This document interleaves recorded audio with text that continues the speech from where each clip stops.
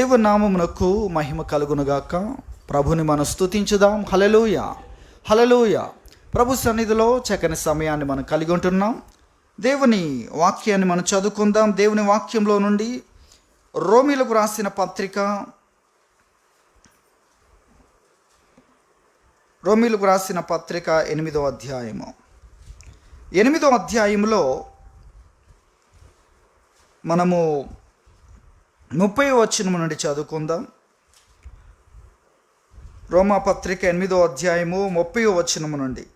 మరియు ఎవరిని ముందుగా నిర్ణయించెనో వారిని పిలిచెను, ఎవరిని పిలిచెనో వారిని నీతిమంతులుగా తీర్చెను, ఎవరిని నీతిమంతులుగా తీర్చెనో వారిని మహిమపరచెను.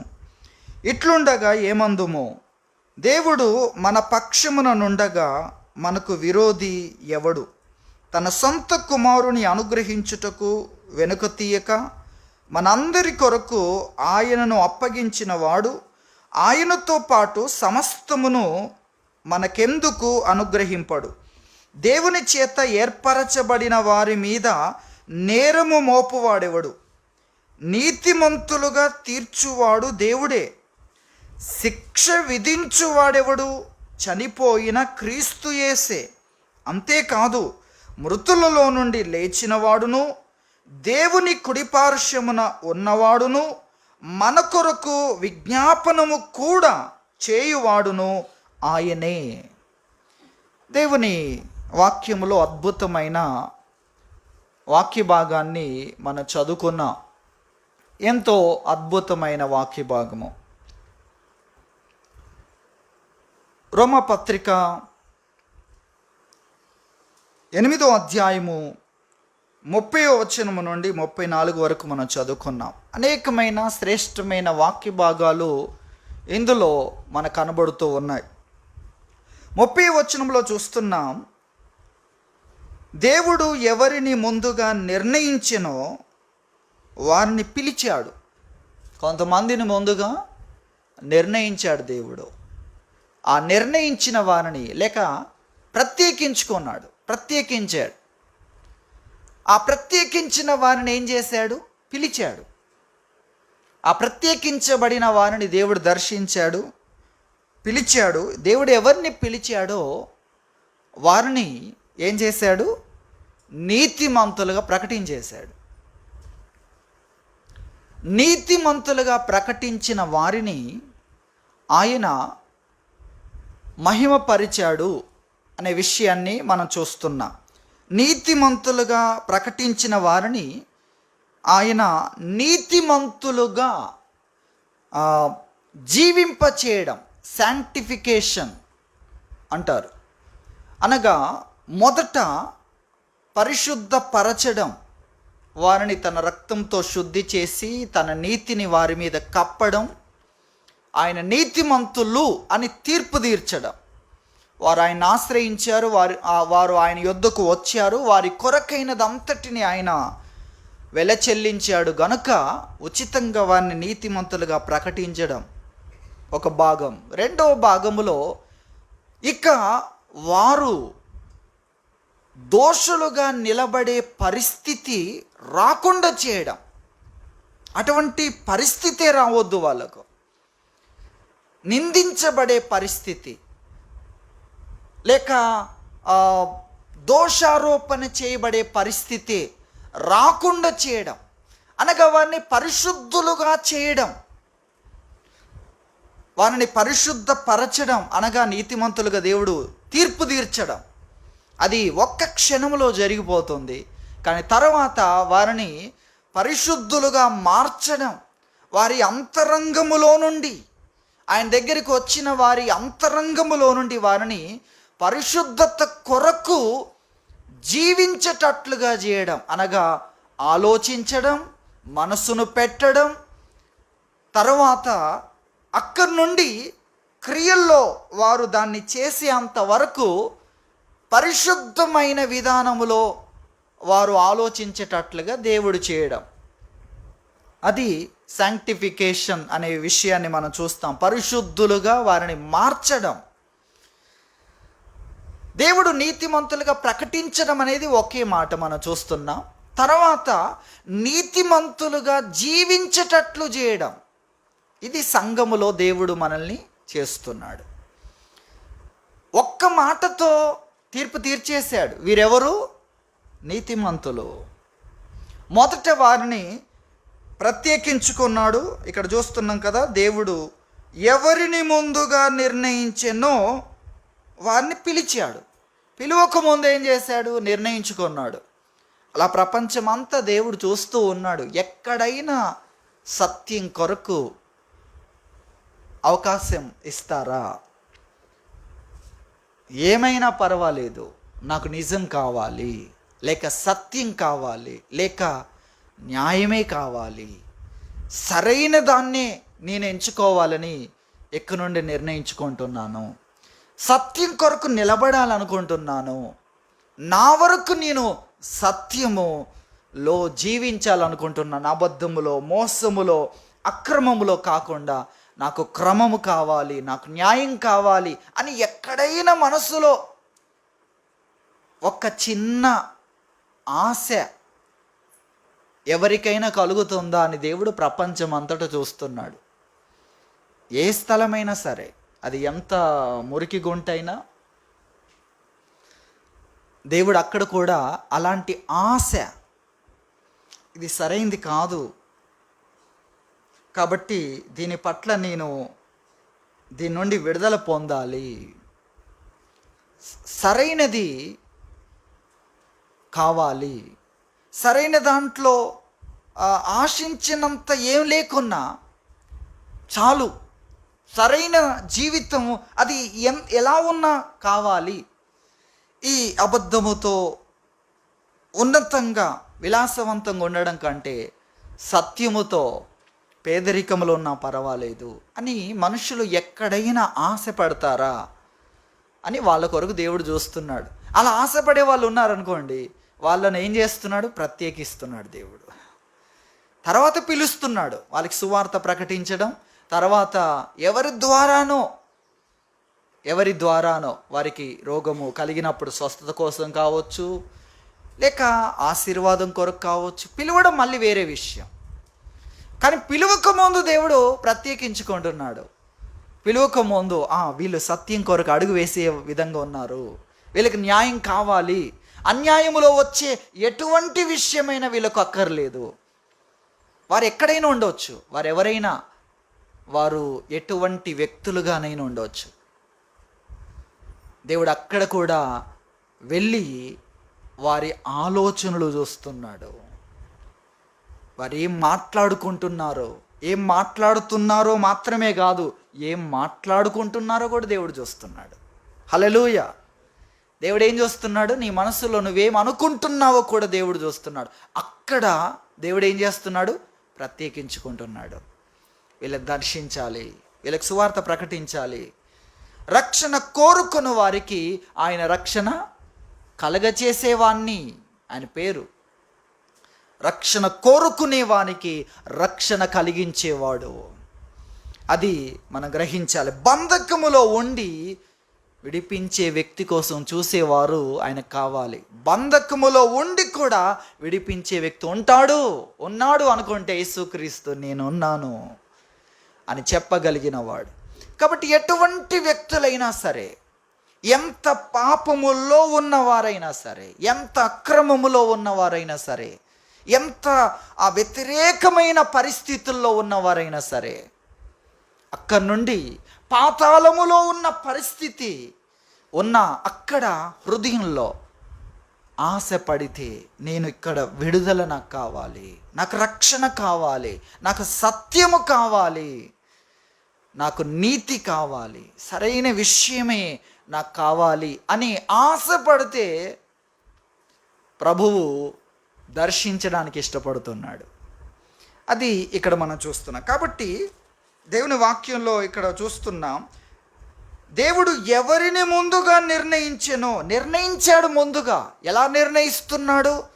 సమాజములో ఆ నిర్ణయం అనగా దేవుడు కొంతమందిని సపరేట్ చేసి వీళ్ళు నా కోసం అనేది ఎలా జరుగుతుంది అనేది చూస్తే ఆశ్చర్యం. వారు సత్యానికి ఏం చేస్తున్నారు? అవకాశాన్ని ఇస్తున్నారు.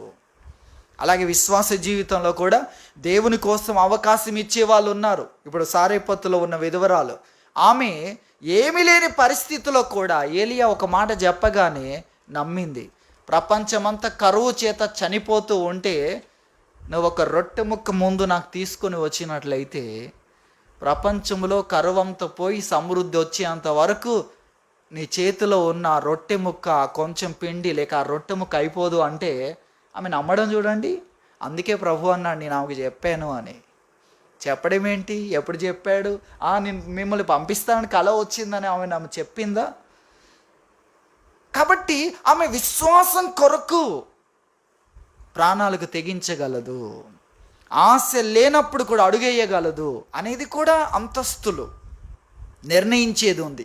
అయితే ఇక్కడ రక్షణకు సంబంధించిన విషయంలో దేవుడు ప్రపంచంలో తన కోసం అంటూ కొంతమందిని ప్రత్యేకించుకునే ఆ పరిస్థితి ఉంటే ఎవరిని ప్రత్యేకించుకుంటాడు?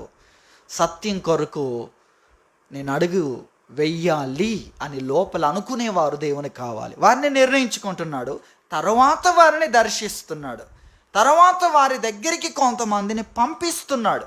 వారు ఏ స్థితిలో ఉన్నా సరే, ఏ స్థితిలో ఉన్న రాహాబ్ అనే స్త్రీని ప్రభువు ఏం చేశాడు? రక్షించుకున్నాడు. ఎటువంటి పరిస్థితుల్లో ఉంది? అలాగే సమరయ స్త్రీని దేవుడు రక్షించాడు. ఆమె ఎటువంటి స్థితిలో ఉంది? ఎటువంటి స్థితిలో ఉంది? ఆమె జీవితం ఒక్కరి నుండి రెండో పురుషుని దగ్గరికి వెళ్ళగానే ఆమె జీవితం పేరు మారిపోయింది. ఆ 2 నుండి 3, 3 నుండి 4, 4 నుండి 5, 5 నుండి ప్రస్తుతం 6 అంటే ఇక ఆమె జీవితం ఎంతగా ఆ విలువ కలిగిన జీవితము నుండి ఎంత దూరంగా వెళ్ళిపోయింది. అలా ఎవరైనా సరే ధనము ద్వారా కావచ్చు, మనుషుల ద్వారా కావచ్చు, వారి ఇష్టాల ద్వారా కావచ్చు, ఎంత దూరం వెళ్ళిపోయినా సాతాను బంధించిన పరిస్థితిలో, బంధకాల్లో ఉన్నా కూడా అక్కడి నుండి ఆశపడితే వారిని ఏం చేస్తున్నాడంటే ప్రత్యేకించుకుంటున్నాడు. దేవుడు నిర్ణయించుకుంటున్నాడు. ముందుగా ఎవరిని నిర్ణయించుకున్నాడో వారిని పిలుస్తున్నాడు, ఎవరిని పిలిచాడో వారు నీతిమంతులని తీర్పు తీరుస్తున్నాడు, ప్రకటించేస్తున్నాడు. ఎవరిని నీతిమంతులుగా చేశాడో తర్వాత ఏం జరిగింది? వారిని మహిమపరిచాడు. వారిని ఏం చేస్తున్నాడు? నీతిమంతులుగా జీవించేటట్లుగా దేవుడు చేస్తున్నాడు. అది దేవుని వాక్యము మనకు తెలియజేస్తుంది. కాబట్టి ఈ విషయాలను చెప్పి ఏమంటున్నాడు? ఇట్లుండగా ఏమందుము. ఇట్లుండగా దేవుడు కొంతమందిని ముందుగానే ఆయన నిర్ణయించుకున్నాడు. ఎవరిని నిర్ణయించుకుంటాడు? ఆశపడేవారు. నేను నీతి కొరకు నిలబడాలి, నేను సత్యం కొరకు నిలబడాలి, నాకు సత్యము కావాలి, సరైనదే కావాలి, నాకు సరైనదే కావాలి. ఏ విధంగానైనా కావచ్చు, మనస్సులో ఉన్న నొప్పి ద్వారా కావచ్చు, బయట కలిగిన కష్టాల ద్వారా కావచ్చు, అది ఏదైనా సరే ఆశ పడితే ఆయన ఉన్నాడు. నిర్ణయించుకోవడానికి, ముందుగా నిర్ణయించడానికి, తర్వాత దర్శిస్తాడు. వారిని దర్శించి పిలుస్తాడు, రమ్మని పిలుస్తాడు, వచ్చిన వారిని ప్రకటించేస్తాడు, తీర్పు తీరుస్తాడు వారు నీతిమంతులని. ఆ తర్వాత వారిని భక్తులుగా, పరిశుద్ధులుగా వారిని జీవించేటట్లుగా చేస్తాడు. ఆ తర్వాత వారిని మహిమపరుస్తాడని దేవుని వాక్యం చెప్తుంది. కాబట్టి ఇట్లుండగా ఏమందుము, దేవుడు మన పక్షమున ఉండగా మనకు విరోధి ఎవడు? ఇది దేవుని వాక్యం తెలియజేస్తుంది. దేవుడు మన పక్షమున ఉండగా మనకు విరోధి ఎవడు? విరోధంగా ఎవరు నిలబడగలరు? దేవుడు మనల్ని నిర్ణయించుకున్నప్పుడు మన స్థితి ఏంటి? అప్పుడే దేవుడు ఏమవుతున్నాడు? మనల్ని వాళ్ళు నా కోసం సపరేట్ చేశాడు. ఏంటి సపరేట్ చేసావు? దేన్ని బట్టి? ధనాన్ని బట్టా? జ్ఞానాన్ని బట్టా? లోకములో ఉన్న ఆ యొక్క పలుకుబడిని బట్టి? అసలు ఏంటి ఆయన ఆ విధంగా ప్రత్యేకించుకోవడానికి చూసే అంశాలేంటి అనేది మనం చూస్తే, వారు నీతి కొరకు నిలబడాలనుకుంటున్నారు, వారు అక్రమము నుండి క్రమములోనికి రావాలనుకుంటున్నారు, అది లోపల మనసులో అనుకుంటున్నారు, ఈ జీవితం వద్దు, ఇది చాలు. అలాంటి వారిని అందరినీ దేవుడు నిర్ణయించుకుంటున్నాడు. అప్పుడే దేవుడు వారి పక్షాన, వారి దగ్గరికి, వారి బంధకాల్లో ఉన్నారు, వారిని బంధించాయి. సాతాను అధికారాలు వారిని బంధించాయి. అనేకమైన నేరాలు పెట్టి వారు మనస్సులో కూడా అనుకోకుండా ఆ కృంగదీసేవన్నీ వారిలో ఉన్నాయి, అక్కడ ఉన్నాయి. వాటన్నిటి నుండి దేవుడు ఏమంటున్నాడు? నేను వారి పక్షాన ఉన్నాను. అది దేవుడు ఇక్కడ చెప్తున్నాడు. దేవుడు మన పక్షాన ఉండగా ఇక విరోధంగా ఎవరు నిలబడతారు? ఆరోపించడానికి కానీ, మనల్ని పట్టుకోవడానికి కానీ, బంధించడానికి ఎవరు నిలబడతారు? అది దేవుని వాక్యములు ఇక్కడ చూస్తున్నాం. రోమపత్రిక 8వ అధ్యాయము 31వ వచనము, దేవుడు మన పక్షమున ఉండగా మనకు విరోధి ఎవడు? ఎవరు విరోధముగా, వ్యతిరేకంగా నిలబడగలరు అనేది దేవుని వాక్యము మనకు తెలియజేస్తుంది. కాబట్టి దేవుడు మన పక్షమున ఎలా ఉంటాడు? దేవుడు మన పక్షమున ఎలా ఉంటాడు? మనము ఆశపడితే, ప్రభువిచ్చే విడుదల కావాలి, అవినీతి నుండి, అక్రమము నుండి, అసత్యము నుండి, అబద్ధము నుండి, మోసము నుండి, సరైనది కాని జీవితము నుండి నేను విడుదల పొందాలి అని అనుకుంటే వారందరూ దేవుని పక్షాన ఉన్నవారే. వారు ఏం కోరుకుంటున్నారు? సత్యం దగ్గరికి వెళ్ళాలనుకుంటున్నారు, నీతి దగ్గరికి వెళ్ళాలనుకుంటున్నారు. అలా వెళ్ళాలనుకునే వారిని వెనక్కి లాగేవారు, బ్లాక్మెయిల్ అంటారు కదా, బెదిరించేవారు, బంధించాలనుకునేవారు ఎంతమంది ఉన్నారు. అయితే దేవుడు వారి పక్షాన ఉండగా విరోధి ఎవరు? ఈ లోకములో ఉన్న ఒక బలహీనుడైన వ్యక్తి, బెదిరించే బలహీనుడిని తీసుకోండి మీరు, అక్కడి నుండి సాతాను వరకు ఎవరు దేవునికి వ్యతిరేకంగా నిలబడగలరు?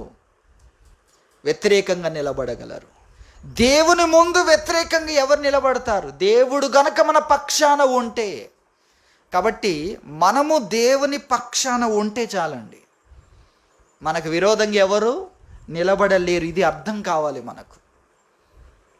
మనకు విరోధంగా నిలబడే వ్యక్తులని గురించి ఒక 3 విషయాలు మనం నేర్చుకుందాం. కానీ దేవుడు మన వైపు ఉంటే వారు గెలుస్తారా? ఇది అంశం. దేవుడు మన వైపు ఉంటే, మరి దేవుడు మన వైపు ఎలా ఉంటాడు అనే విషయం ఆలోచిస్తే, నువ్వు దేవునికి లొంగిపోతే చాలు. సింపుల్. దేవునికి సరెండర్ అవుతే చాలు.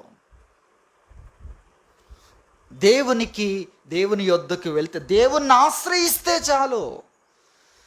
ప్రభువా నేను నిన్ను ఆశ్రయించాలనుకుంటున్నాను అని నీ మనస్సులో అనుకుంటే చాలు.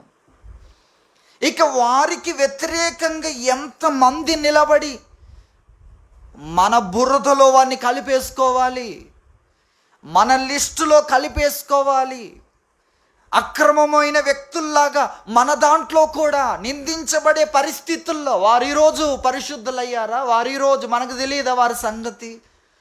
ఇలాంటి బ్యాచ్ ఎక్కువ ఉంటుంది కదా, మనకు తెలియదా? ఏంటి తెలిసేది? ఒక వ్యక్తి రూపాంతరం చెందితే పాడైపోయిన దాన్ని కరిగించి క్రొత్త వస్తువులు చేస్తున్న పరిస్థితి మనం చూస్తున్నా. కానీ కొంతమంది ఎలాంటి వారు? వారిని బాగుపడనివ్వకూడదు. వారి జీవితం మనకు తెలియదా? వారు బాగుపడుతున్నారు, వారు ఇప్పుడు అలా కాదు. ఒక మనిషి చూడండి, చదువు లేనివాడు ఉన్న ఒక వ్యక్తి ఏమవుతున్నాడు? చదువుకుంటున్నాడు, ఫెయిల్ అయిన వాడు పాస్ అవుతున్నాడు, పాస్ అయ్యి ఇంకా పై స్థానానికి వెళ్తున్నాడు. ఇప్పుడు నువ్వు అనుకునే వ్యక్తేనా? ఇప్పుడు నువ్వు అనుకుంటున్న ఫెయిల్ అయిన వాడేనా అతడు ఇప్పుడు పాస్ అయ్యాడు? ఆలోచించండి.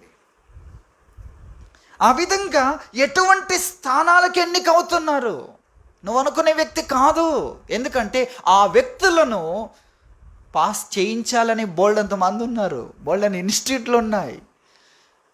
వారి జ్ఞానాన్ని పెట్టి వాళ్ళని ఆ స్థితిలోండి లేవనెత్తాలని ఎంతోమంది రాత్రింబగలు కష్టపడుతున్న వాళ్ళు ఉన్నారు. అలాంటి వాళ్ళని కూడా దేవుడు లేపాడు.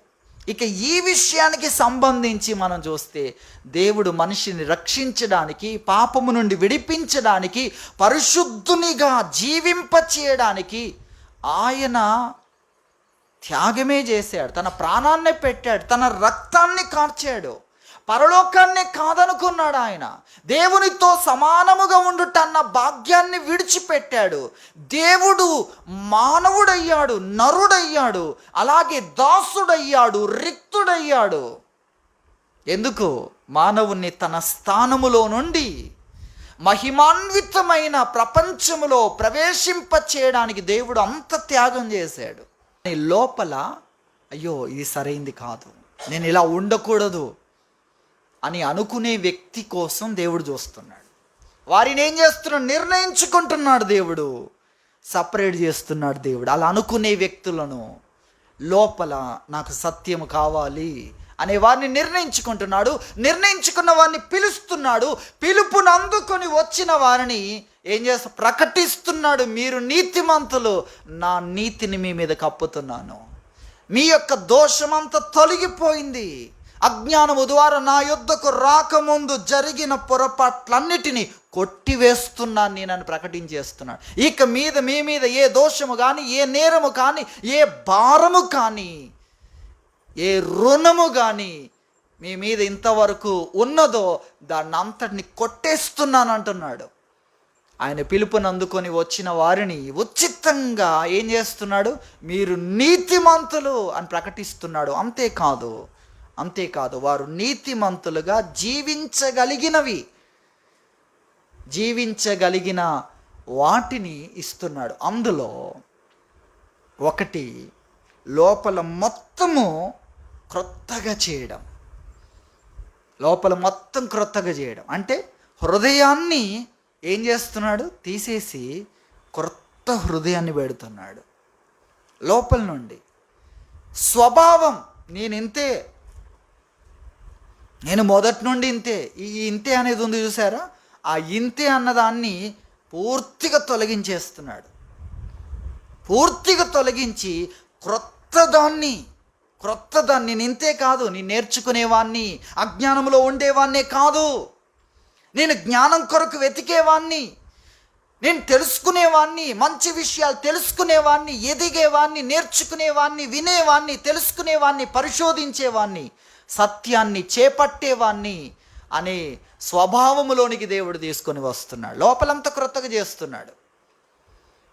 క్రొత్తగా ఆలోచించడం, పరిశోధించడం, ఏది మంచిది, ఏది సరైనది, ఏది రిజల్ట్ ఇస్తుంది. చూడండి, ఇటువంటి హృదయాన్ని దేవుడు అనుగ్రహిస్తున్నాడు.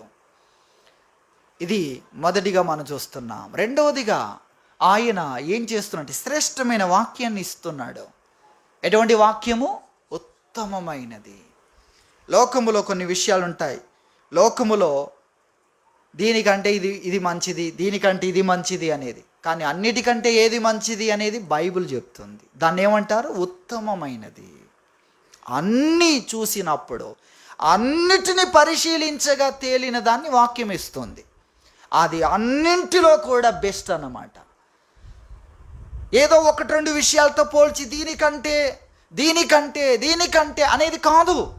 అన్ని విషయాల్లో ఉత్తమమైన ఉపదేశాన్ని దేవుడు వాక్యము ద్వారా అందిస్తున్నాడు. ఎంత అద్భుతమైంది! ఇక మోసపోవడానికి, అయ్యో నేను అలా అనుకున్నాను, ఇలా అనుకున్నాను అనే పరిస్థితి, ఇక అలాంటి అవకాశమే లేదు. అలాంటి వాక్యాన్ని ఇస్తున్నాడు. అలాగే మూడవదిగా దేవుడు తన పరిశుద్ధాత్మని ఇస్తున్నాడు. పరిశుద్ధాత్ముడు అనగా నీ లోపల దేవుని పక్షముగా నీతో ఫైట్ చేసే ఒక స్వభావం, ఒక వ్యక్తి.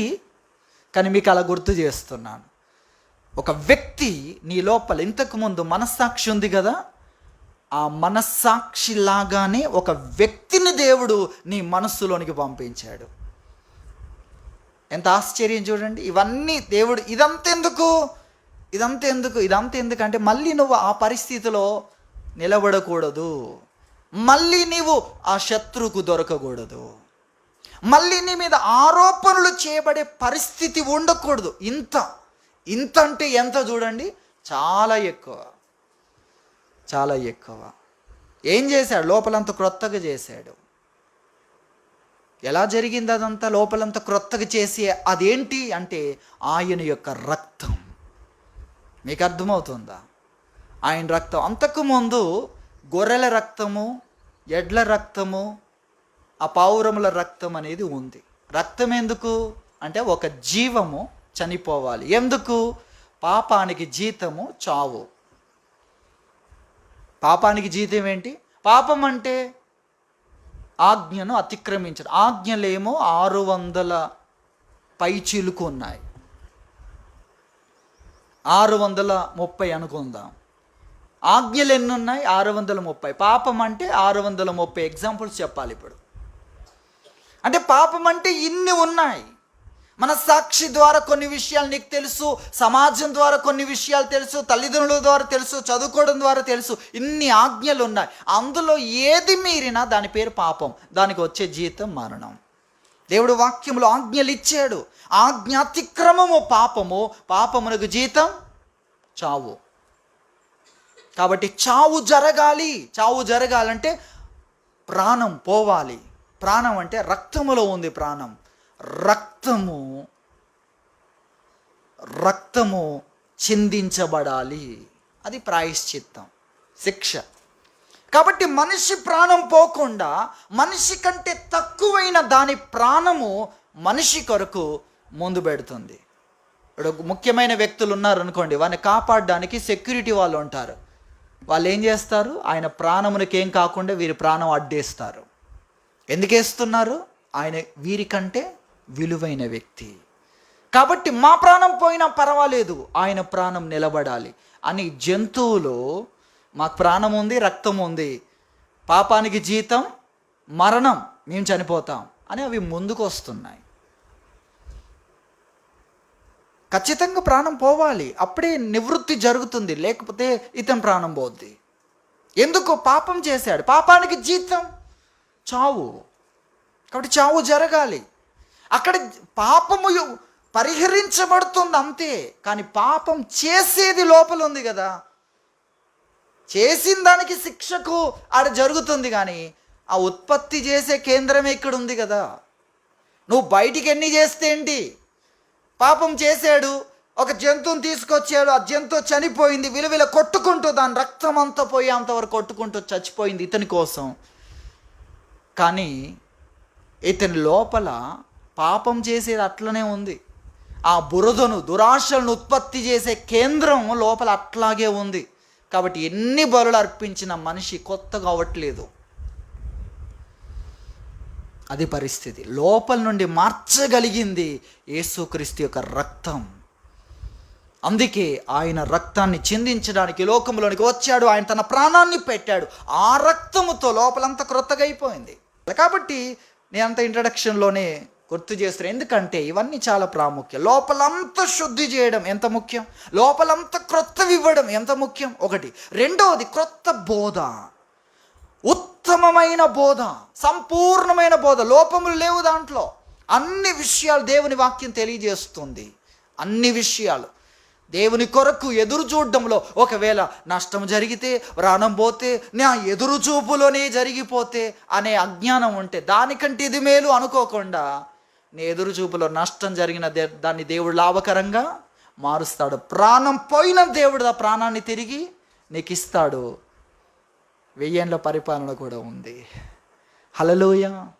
ఎంత ఆశ్చర్యం. అంతేకాదు, నీ భయాలన్నిట్లో నువ్వు ఆనందించగలిగిన జీవితాన్ని ఏర్పాటు చేశాడు. నీకు తెలియదు నువ్వు దేనికి భయపడుతున్నావో దాన్ని బట్టి దేవుణ్ణి స్తుతించే జీవితాన్ని నీకోసం రాసి పెట్టాడు దేవుడు.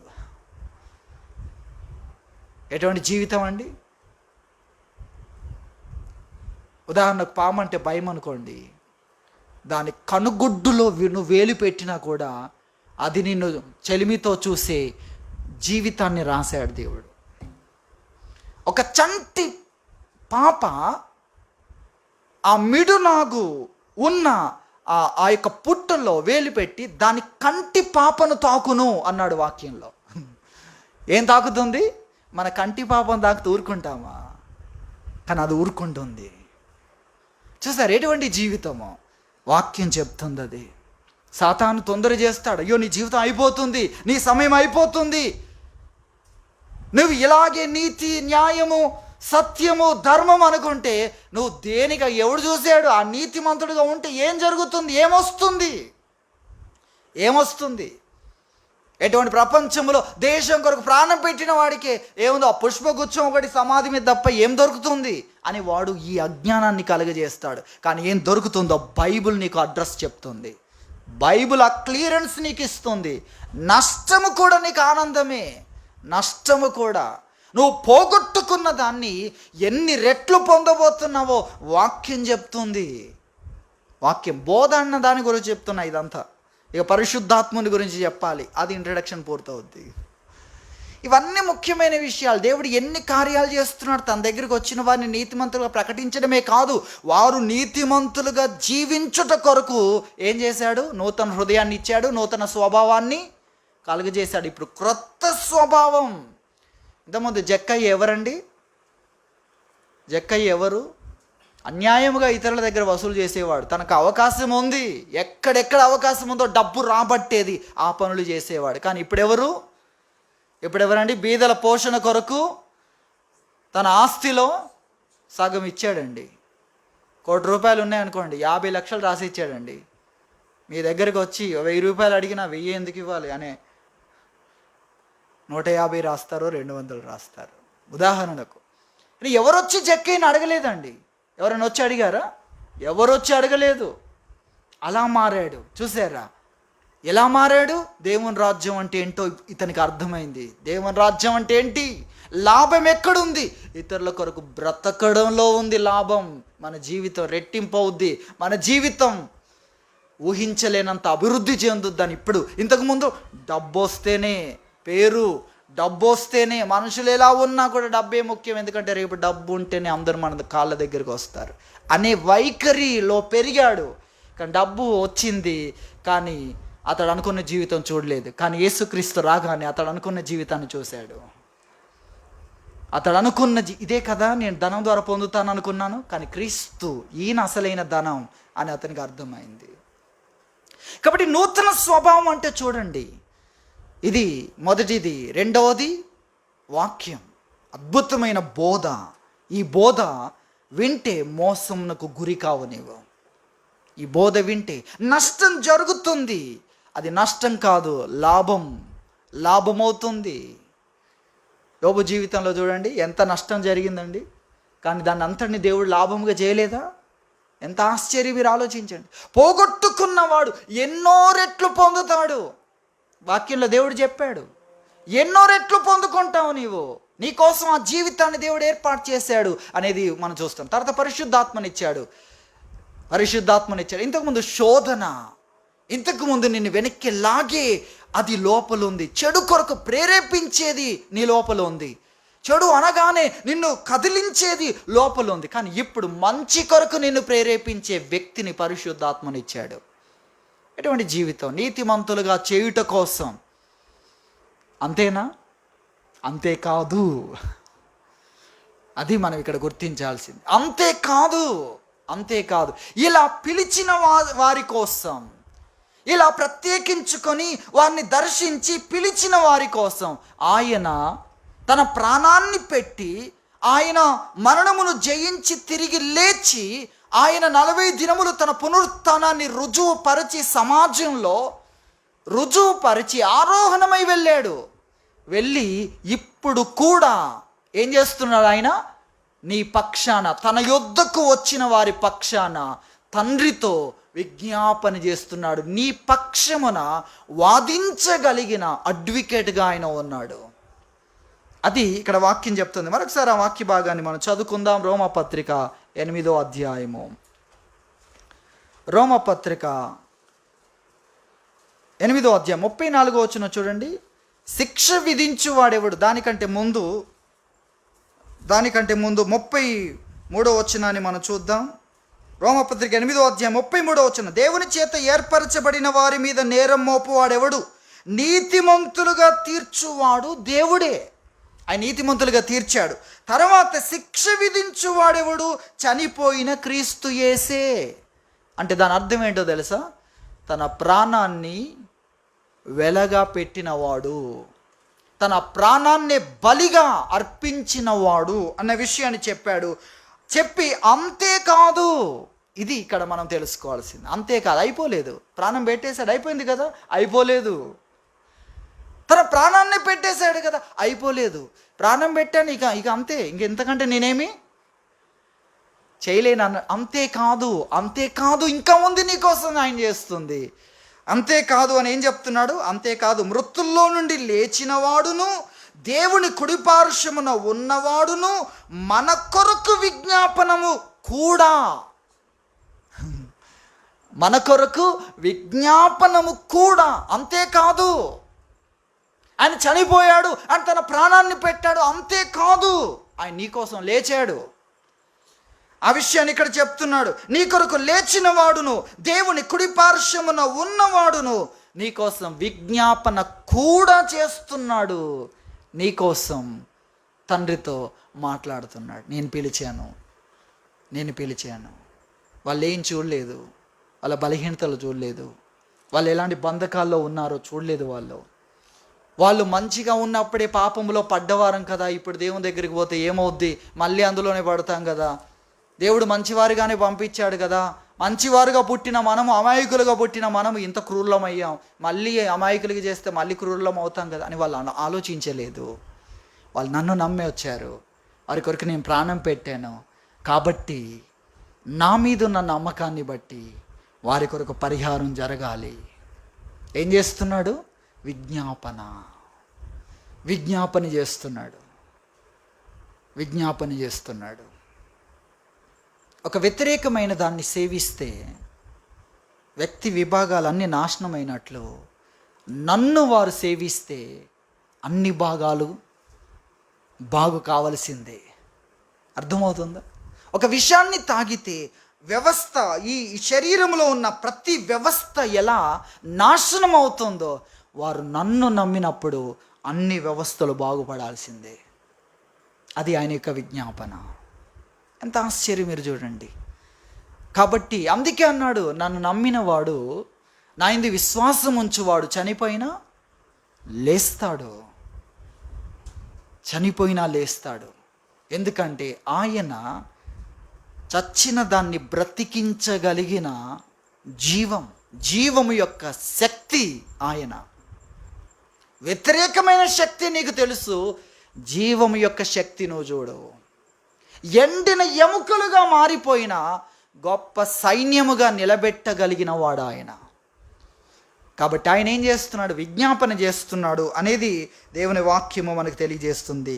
అందుకే వాక్యం చెప్తుంది, దేవుడు మన పక్షమున ఉండగా మనకు విరోధి ఎవడు? ఆయన మన కొరకు ప్రాణం పెట్టడం మాత్రమే కాదు, ఆయన తన రక్తాన్ని కార్చి ఆ రక్తముతో మనల్ని శుద్ధి చేయడం మాత్రమే కాదు, ఆయన మన కొరకు సజీవుడుగా ఉన్నాడు. మనల్ని అంత ప్రేమించిన వాడు అన్నీ చేసి వెళ్ళిపోయాడు కాదు. అది నేను మీకు గుర్తు చేయాలనుకుంటున్న విషయం. మనల్ని ప్రేమించిన వాడు ఆయన ఉన్నప్పుడు ఎలా ఉండే మన జీవితం, మన కొరకు ప్రాణం పెట్టాడు ఆయన ఉన్నప్పుడు అంత విలువ. ఆయన నా కోసం ప్రాణం పెట్టాడు, ఇవన్నిటిని చేశాడు, ఇక నేనే చేసుకోవాలి అనేది కాదు. ఆయన బ్రతికున్నాడు, ఆయన సజీవుడయ్యాడు. అలాగే ఈరోజు కూడా నీ కోసం ఏం చేస్తున్నాడు? విజ్ఞాపన.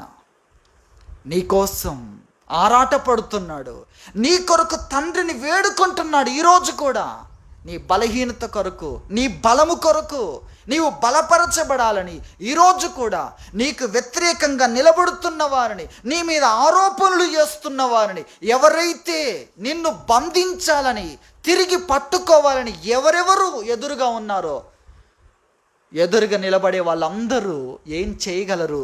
దేవుడు నీ వైపు ఉంటే. ఇది మీరు ఆలోచించండి. ఇక్కడ నుండి మనము సాతాను వ్యతిరేకంగా ఆరోపణలు చేస్తున్న, మనుషులు వ్యతిరేకంగా ఆరోపణలు చేస్తున్న మోషే మీద ఆరోపణ చేయడానికి కోసం ఎవరు నిలబడ్డారండి? సమాజానికి ఎదురుగా అహరోను, మిరియాము నిలబడిందండి. విన్నాం కదా ఎటువంటి పరిస్థితి, మీరు ఆలోచించండి. దేవుడు జోక్యం చేసుకున్నాడు. వారేదో దేవుని దగ్గరికి వెళ్ళి, ప్రభువా మేము సమర్పించుకొని ఉన్నాం, ఇతనేంటి ఇలా ఉన్నాడు, ఏం జరిగింది ఏంటి అంటే దేవుడు చెప్పేవాడు. కానీ మేము వ్యతిరేకం మోషేకు, మేము కూడా ప్రవక్తలమే, సమాజం మొత్తాన్ని లక్షల మందిని నడిపిస్తున్న వాళ్ళు అతను ఒక్కడే కాదు, మేము కూడా ఉన్నాం, ముగ్గురులో ఇద్దరం ఇటు ఉన్నాం అనేది కూడా లోపల ఉండొచ్చు. కానీ అక్కడ దేవుడు ఏమన్నాడంటే ఆయన అటు నిలబడి నేను ఎటున్నాను అన్నాడు. చూసారా, నేను ఇటువైపు ఉన్నాను. యోహాను సువార్త 8వ అధ్యాయంలో ఉన్న విషయం కూడా మనం చూడవచ్చు. ప్రభువు దేవాలయంలో బోధిస్తూ ఉంటే ఆయన దగ్గరికి ఒక స్త్రీని తీసుకొని వచ్చారు. నేను పాపములో పట్టబడింది అని తీసుకొని వచ్చారు. ఆయన బోధిస్తూ ఉంటే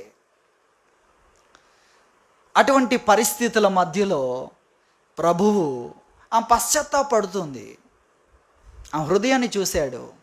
ఆయన అటువైపు నిలబడ్డాడు. ఎదురుగా నిలబడింది ధర్మశాస్త్రం. ఇంతవరకు ఓటమి ఎరుగదు. అంతేకాదు, ఆ ధర్మశాస్త్రము లోపముతో నిండిన వారిని కూడా అధికారులుగా చేసేసింది. అంటే ముందు నేను చూసుకుంటా, తర్వాత మీరందరూ చూసుకోండి, అంతే కదా. మొదట నీతిమంతుడు రాయి వేస్తే మిగతా వాళ్ళు ఎలాంటి వాళ్ళైనా వేయవచ్చు. కానీ మొదటి రాయి వేయకుండా నిలబడ్డవాడు యేసుక్రీస్తు ప్రభు. ఇవన్నీ తర్వాత మనం ధ్యానం చేద్దాం, సమయం అయిపోయింది, నేను ముగించడానికి ఇష్టపడుతున్నాను.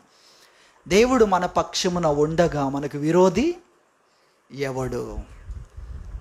అంతేకాదు, నీ కొరకు ప్రాణం అర్పించడం మాత్రమే కాదు, ఈరోజు కూడా నీ కోసం తల్లడిల్లుతున్నాడు.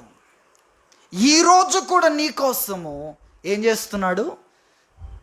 దేవుని సముఖమందు వేడుకుంటున్నాడు. ఆయన ఈరోజు కూడా నీకు సహాయకుడుగా నీ పక్షాన నిలబడ్డాడు. నీ విశ్వాసాన్ని జ్ఞాపకం చేసుకుంటున్నాడు. దేవుని కొరకు అడుగు వేసిన నీ యొక్క సాహసోపేతమైన నిర్ణయాన్ని ఈరోజు కూడా ఆయన ఏం చేస్తున్నాడు? జ్ఞాపకం చేసుకుంటున్నాడు. కాబట్టి మనం గ్రహించాలి, మనము అవిశ్వాసులమైన ఆయన ఎవరు? నమ్మదగిన వాడే. నీ విశ్వాస్యతను ఆయన మర్చిపోయేవాడు కాదు. నువ్వు ప్రభు కొరకు అడుగు వేసినది, ప్రభువును నమ్మి అడుగు వేసిన దాన్ని ఈరోజు కూడా ఆయన చూస్తున్నాడు. ఒకవేళ అవిధేయుడిగా ఈరోజు ఉన్న ఆయన చూడడు. వాక్యంలో మనం చూస్తాం అవిధేయులైన వారిని గురించి. ఒక వాక్య భాగం చూద్దాం. యెషయా గ్రంథం 65వ అధ్యాయము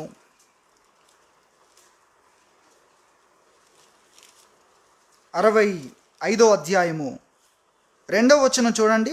తమ ఆలోచనలను అనుసరించి చెడు మార్గమును నడుచుకొనుచు లోబడనొల్లని ప్రజల వైపు ఏముంది అక్కడ? వడగండ్లు కురిపించడానికి, ఉగ్రతను కురిపించడానికి అని ఉంది అక్కడ. ఏముంది? లోబడనొల్లని ప్రజల వైపు. ఎవరు వీరు? తమ ఆలోచనలు అనుసరించి చెడు మార్గమును నడుచుకొనుచు లోబడనొల్లని ప్రజల వైపు దినమంతయు నా చేతులు చాపుచున్నాను. చూసారా, దేవుడు వారిని రక్షించడానికి, వారు ఈ రోజున తమ ఆలోచనలు అనుసరిస్తున్నాడు, చెడు మార్గమును నడుచుకుంటున్నారు, మేము లోపడమని వెళ్ళిపోతున్నారు. అలాంటి వారి కొరకు దినమంతా చేతులు చాపి ఎదురు చూస్తున్నాడు, రక్షించడానికి, కాపాడడానికి. అది మనం చూస్తున్నాం. ఒకప్పటి విధేయతను గుర్తు చేసుకుంటున్నాడు. ఒకప్పటి ఆ అనుకువను గుర్తు చేసుకుంటున్నాడు.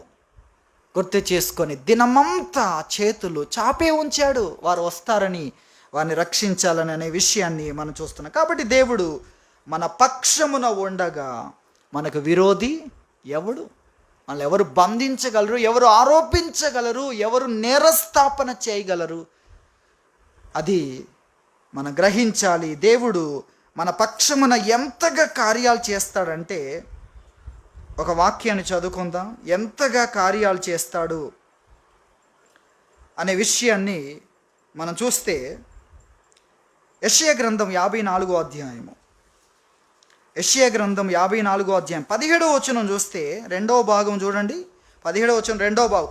న్యాయ విమర్శలో నీకు దోషారోపణ చేయు ప్రతి వానికి ఏమన్నాడు? అదే మనం చదవాల్సిన వాక్య భాగం. ఇంత ఆకర్షణీయమైన వాక్యం. నీ మీద న్యాయ విమర్శలో నీకు దోషారోపణ చేయు ప్రతి వానికి నీవు నేరస్థాపన చేస్తావు. చూసారా ఎలాంటి అంతస్తులో నిలబెట్టగలడో దేవుడు. మన పక్షమున ఉండగా మనకు విరోధి ఎవడు? కాబట్టి మనము అర్జెంటుగా ప్రతి సమయంలో ఆయన పక్షమున ఉండాలి. ఎవరు ఆయన పక్షం? పశ్చాత్తాపపడేవారు, ఆశ్రయించేవారు, దేవుని యొద్దకు పరిగెత్తేవారు. మన జీవితంలో ఏదైనా ప్రమాదము సంభవించక ముందే కొన్ని ఇంజెక్షన్లు ముందే వేసుకునేది ఉంటాయి.